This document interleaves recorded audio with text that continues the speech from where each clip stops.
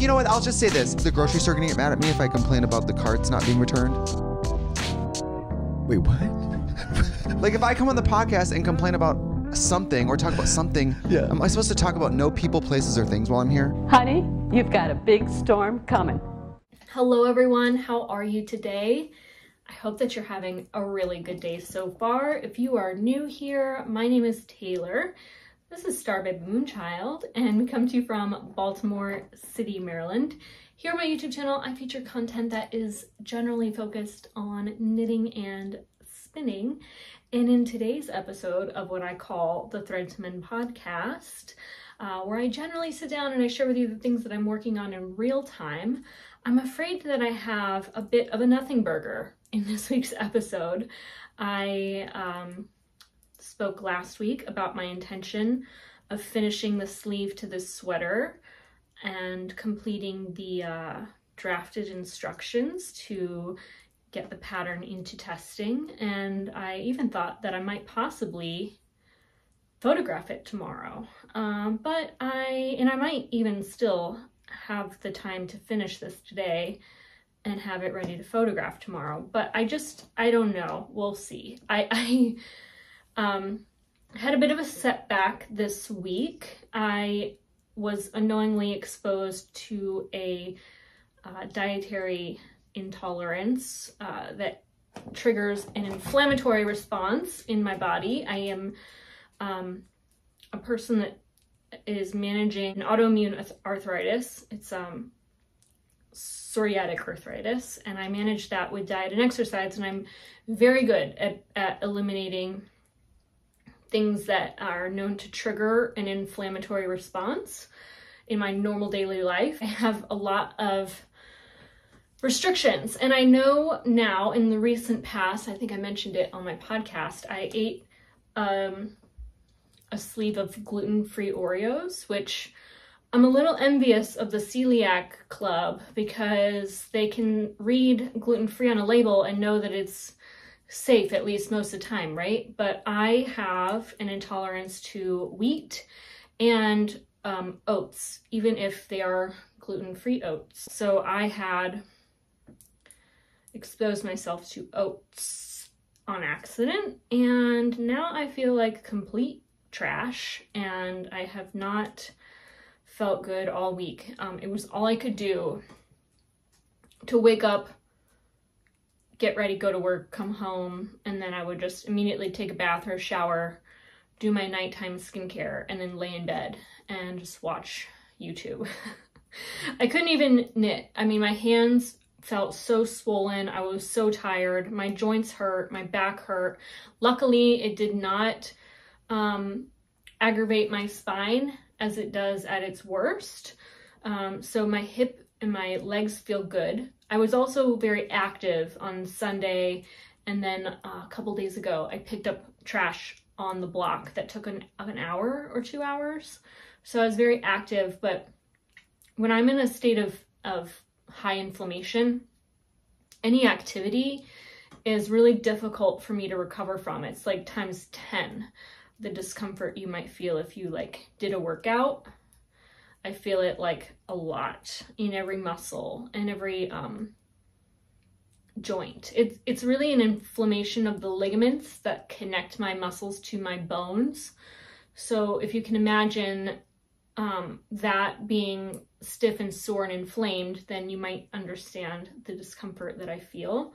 But I also experience some GI inflammation and yada yada. Anyway, I've not felt good. I've been under the weather, and the only things that really help are not doing the things that I feel the impulse to do, which is weird and twisted, but I wake up and I want to just lay in bed all day, and I want to just do nothing, and I want to,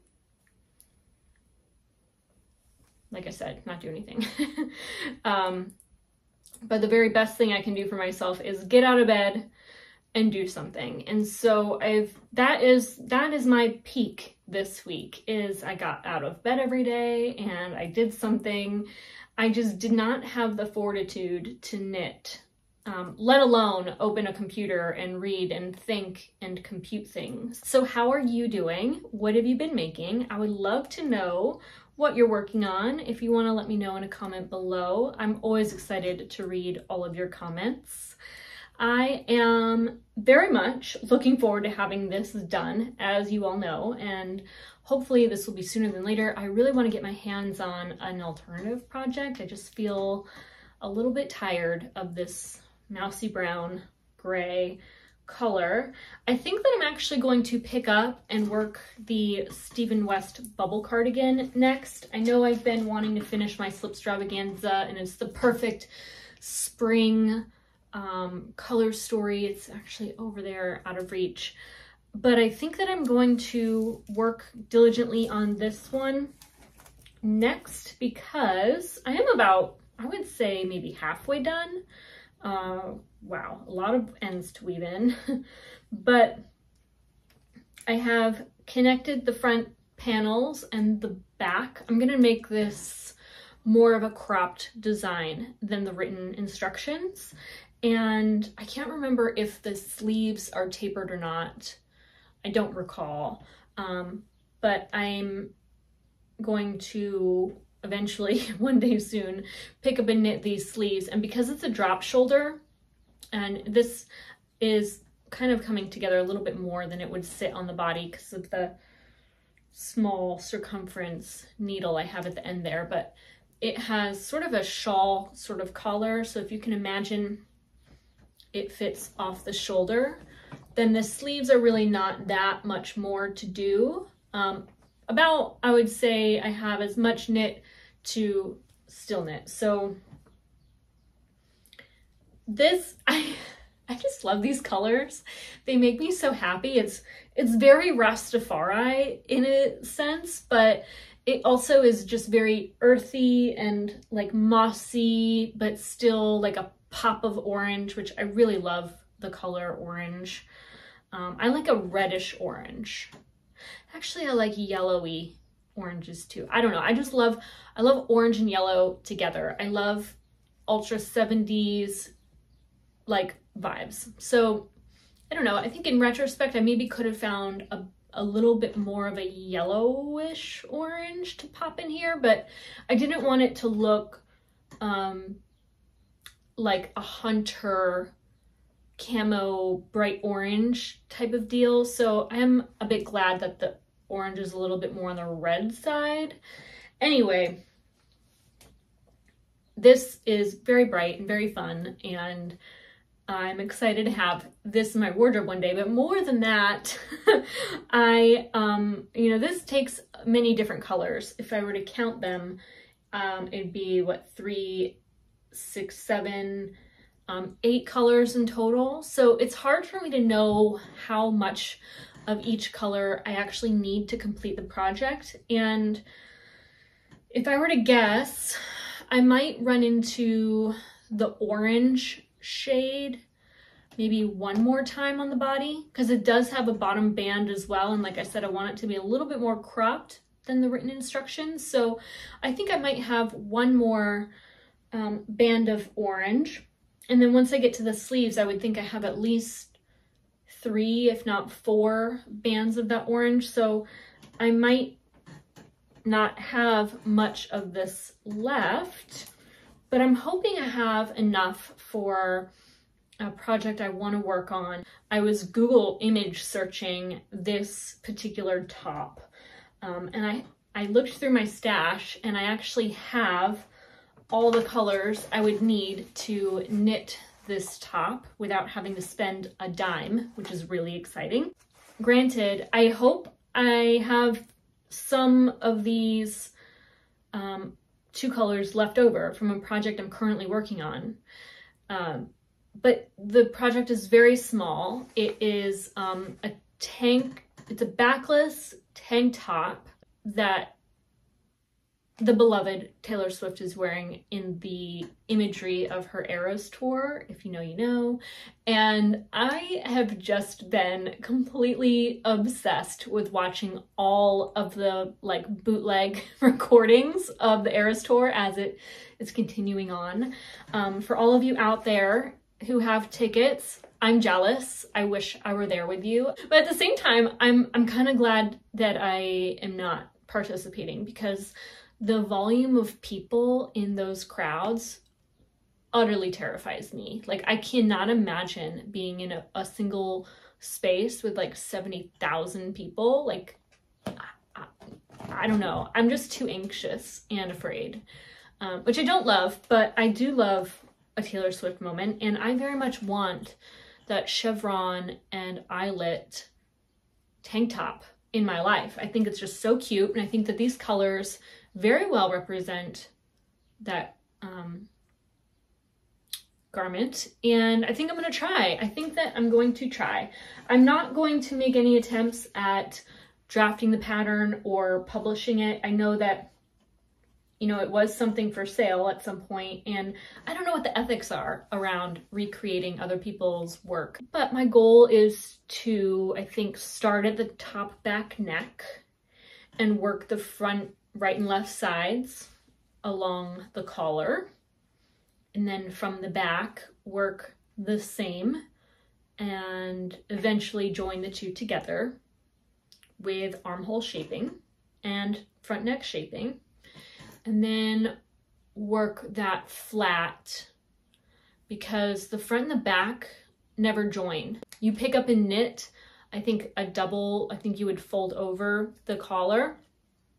And then it looks like there might be a like hook and eye closure at the top back neck.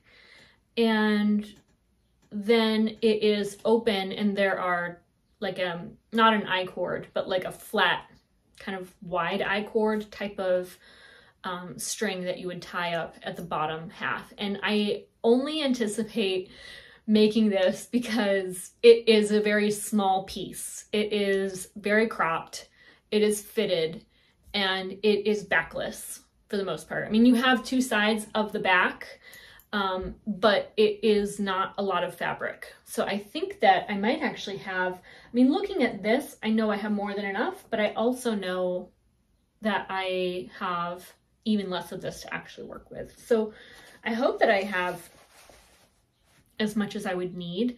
This yarn is all the same base. It's a fingering weight yarn. It is from Stephen and Penelope's yarn shop. It's their bicycle base. So if you wanted to recreate the same project, you could look at, actually I'm lying to you right now. These two colors right here are the bicycle yarn base. There's not a lot of colors in that yarn, so you could tell from this video image which ones they are on the website without me telling you the colors, because I don't know off the top of my head.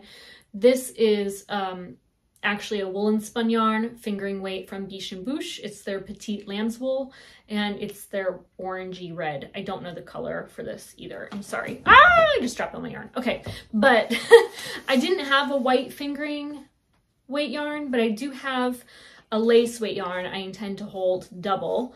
And I'm really glad, because I haven't known what I was going to make with this for the longest time. I don't even know why I bought it, except I felt like I really wanted like a delicate piece, and now I don't. So I'm going to hold two together.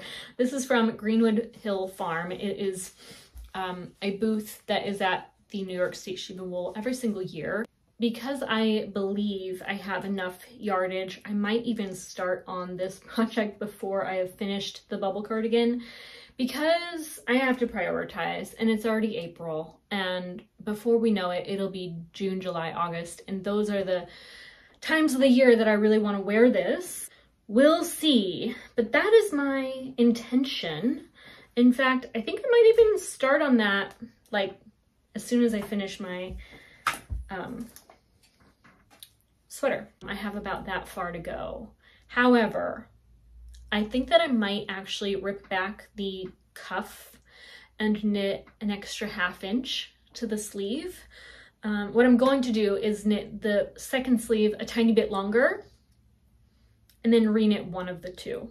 I'll probably knit the finished one longer, but I want to, if I'm going to go through all of the trouble creating an entire garments, I want it to fit me exactly right. And I'm always willing to go back and fix something unless I've woven in every end and I've already worn it for months and months. At that point, I will never go back and fix something. I just feel like unless it's a single little duplicate stitch on a piece of color work that I messed up, I have a really hard time going back and fixing things that are fully done in. So while I'm undone with this, I'm going to fix that sleeve in case it is not quite long enough. I have a feeling it might not be long enough. It actually fits perfect right now, but my experience has shown that sleeves shorten as they are worn. So I think I'm gonna make the sleeve just a tiny bit longer and we'll find out. I don't know, we'll see. But I have that to do. Hopefully I will get through this today and I can maybe get back on track with my plan to have this in testing by Monday. I don't know, we'll see, I don't know. But yeah, and then, I don't know, what are your thoughts about this project? I think it's kind of an exciting idea. I do love the colors together. I think that they look really cute, especially with that white to really bring in a nice neutral, very spring. But I wonder if I can figure out the chevron and the shoulder shaping. That is the tricky part, and that is the start of it all. So I don't know. I do want it to fit as well as hers does. I don't want to fudge the construction of it and do it in a way I'm more comfortable, just because I want it to look exactly the same. I want it to be the same. So that's my goal. And I'm kind of excited. I'm really glad that I have all the yarn I need, because I have priced out what it would cost to knit other garments featured in Taylor Swift's new, I thought I had a coffee, I don't have a coffee. I'm really excited that I can continue knitting my stash, because I have priced out what it would cost to knit other garments featured in Taylor Swift's new music videos, and it's not something I want to spend my money on right now. If I were talking about recreating a sweater that's a single color, I would simply recreate it in whatever color I have in my stash, but because each of them are all striped, you have to buy so much yarn to knit all of the stripes, and I just don't want to do that right now.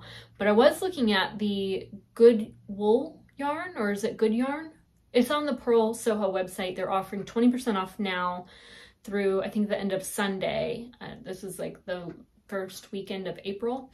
And I was looking at those colors, and it looked like a lot of those colors would fit any one of the Taylor Swift t-shirt, tank top recreations quite well.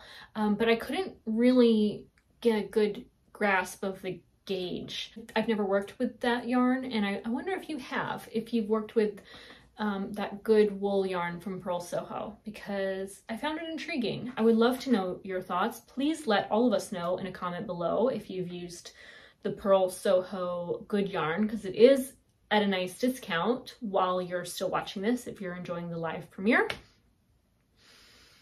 But other than that, I think that my plans this week are just a repeat of last week. I'm just going to pretend last week never happened, and I'm going to pick up and move forward and finish this project and then work on another, and just not beat myself up too much about having accomplished so little of my craft. These things happen, that's life. Sometimes we slow down and it's completely necessary. So I will not be spinning a skein of yarn this week. As much as I want to, I don't feel like it's really gonna make that much of a difference, to be honest. In terms of spinning my stash of fiber, I think that I'll still have plenty of time before the Maryland Sheep and Wool Festival to finish another fleece in my little pantry of raw fleeces.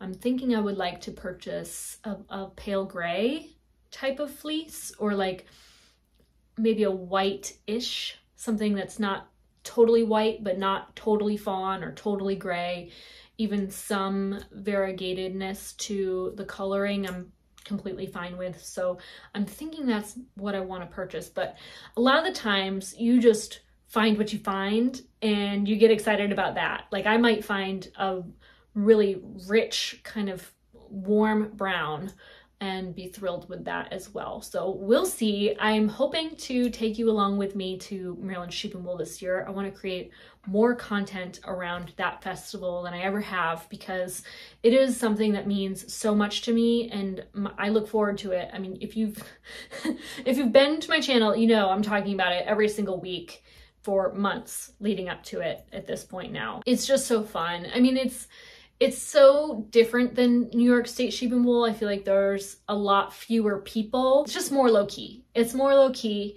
It's more like Maryland. It's got a lot more Marylanders. And it's like going to a state fair, kind of, sort of. The food is very much more state fair than you find at Rhinebeck. I pack my lunch for that day. But they do have, they're like, this is what I eat at Maryland, is I get, what are they called? Hot chip, I think is what it's called. It's like a spiral cut potato, like a fresh potato, deep fried, kind of like a potato chip, kind of like a French fry. And then they like cover it in like whatever you want. So like jalapenos, salsa, sour cream. You can get all kinds of stuff on a hot chip plate. So that is also something that I look forward to. I do indulge in cotton candy every time I have the chance, and I'm the cotton candy queen, even though I know sugar is bad, sugar is the devil, sugar is gonna kill me, but I do indulge. Life is too short to not die. So I think I'm gonna end that here. If you've watched the end of this week's podcast, let me know in a comment below with the skull and crossbones emoji, because I think that's the last thing I talked about was death. Anyway, my brain is fogged. I'm gonna go outside. It is overcast, but the sun is starting to shine. It is a gorgeous, warm day here in Maryland. It was raining all morning, but I think that the streets might have dried up enough to go skate. So if I don't go exercise, it will take twice as long for me to recover from this oat exposure, which I still feel every day, all day, and I just can't wait for me to move on. You know, when you don't feel good, it's when you really appreciate all of the days that you lived forgetting how good it feels to be healthy.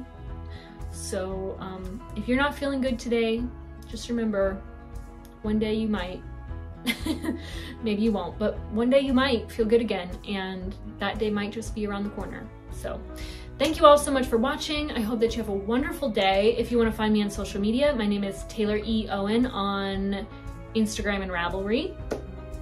If you ever want to message me, I don't check Ravelry often. In fact, I've neglected so many of my project pages in the last year or more, and I never updated them as well as I hoped everyone else in the world would, because I'm always researching other people's projects when I'm planning to knit a new pattern.